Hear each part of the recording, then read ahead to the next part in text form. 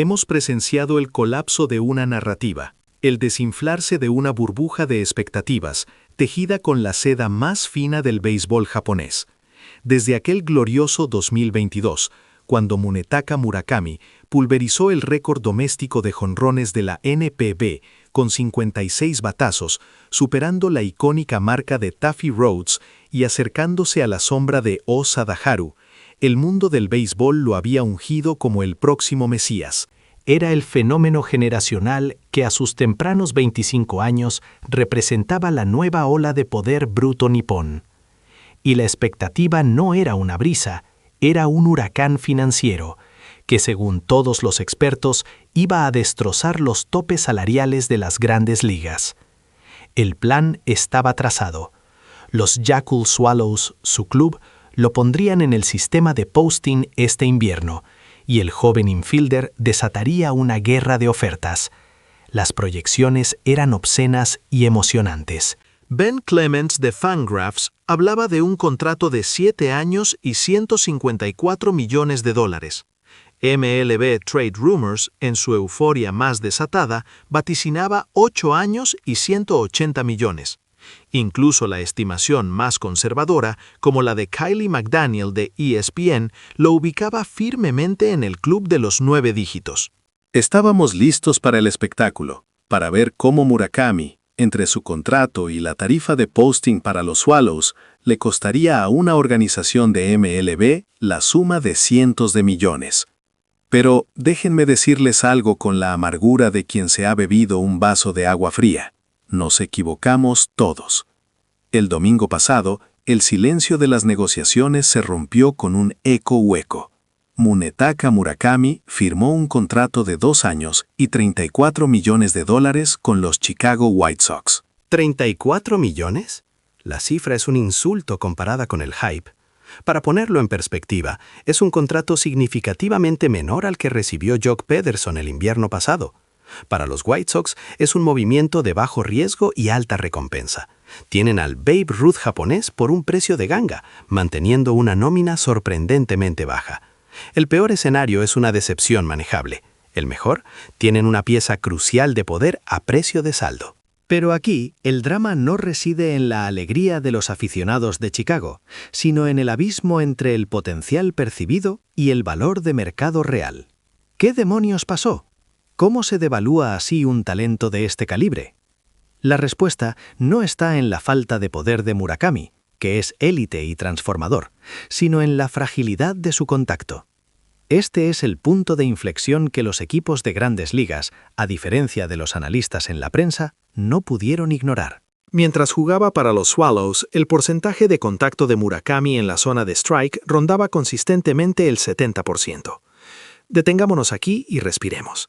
El promedio de contacto en la zona de strike de las grandes ligas es de aproximadamente el 82%. El péndulo osciló demasiado y los gerentes generales se negaron a ver solo el raw power, afirma un scout anónimo de la Liga Americana. Vieron los 56 jonrones, sí, pero también vieron que en 3 temporadas su tasa de ponches ha sido del 28.8% en la NPB. Si le cuesta hacer contacto consistente con los pitchers de élite de Japón, ¿qué le hará una rotación de la MLB? Para ilustrar la magnitud del problema, la temporada pasada solo 6 jugadores elegibles en las grandes ligas registraron un porcentaje de contacto en la zona de strike por debajo del 80%. Y solo uno de ellos, el dominicano Rafael Devers, se situó por debajo del 75%. La inconsistencia de Murakami lo coloca en una categoría tan extrema que el riesgo, incluso con esa potencia, se vuelve inasumible a largo plazo. Aquí es donde entra el contraargumento que muchos aficionados levantaron. Pero los jugadores japoneses siempre ajustan, miren a Shohei Ohtani. Y esta es la falacia que debemos refutar con precisión quirúrgica. La curva de ajuste de Ohtani fue diferente. Sus problemas iniciales eran de adaptación al ritmo y la agresividad, no de una falla fundamental en la mecánica de contacto. Murakami, en cambio, presenta una vulnerabilidad estructural. No puedes construir una franquicia sobre un 70% de contacto en la zona de strike, me comentó un ejecutivo de la costa oeste, reflejando el sentir organizacional. Es un lujo que solo te permite si el jugador es un defensor élite o si ya tiene un historial probado de ajuste en ligas menores. Murakami no cumple ninguna de esas condiciones. Y es precisamente esa segunda deficiencia, la incertidumbre defensiva, lo que selló su destino multimillonario. Murakami ha sido promocionado públicamente como un tercera base, pero el consenso entre los evaluadores de talento es brutalmente honesto. Es, en el mejor de los casos, un primera base promedio, o peor aún, un bateador designado puro. Carece de la agilidad lateral necesaria para la esquina caliente, y aunque su brazo es decente, sus habilidades de fildeo son deficientes.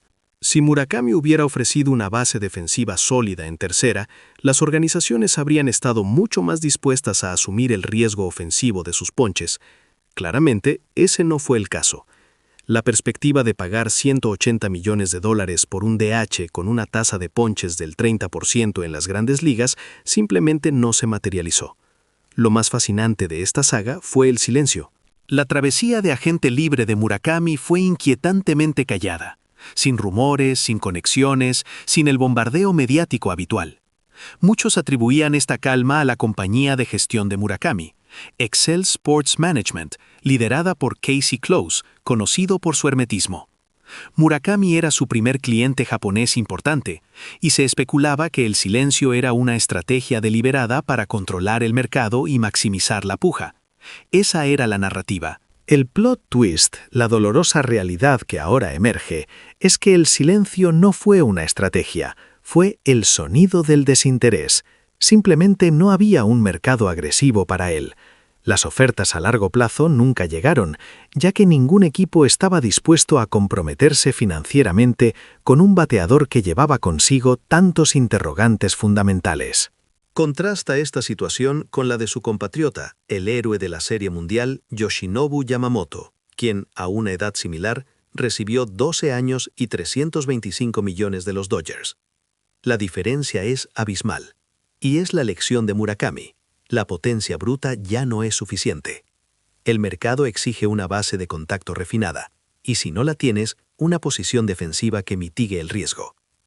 El contrato de 2 años por $34 millones es en esencia la apuesta de Munetaka Murakami sobre sí mismo. Es el precio que el mercado le ha puesto a sus dudas en el plato. Los White Sox tienen un fichaje espectacularmente barato, y Murakami tiene 2 años para demostrarle a las grandes ligas que puede cerrar el agujero en su swing y subir ese porcentaje de contacto del 70% al menos a 78%. Si lo logra, el próximo contrato será, por fin, el de los $200 millones que se le prometió. Pero si fracasa, su historia quedará grabada como la del prodigio que poseía el poder, pero carecía de la precisión. Una verdad que la NPB pudo ocultar, pero que el mercado de la MLB se negó a financiar.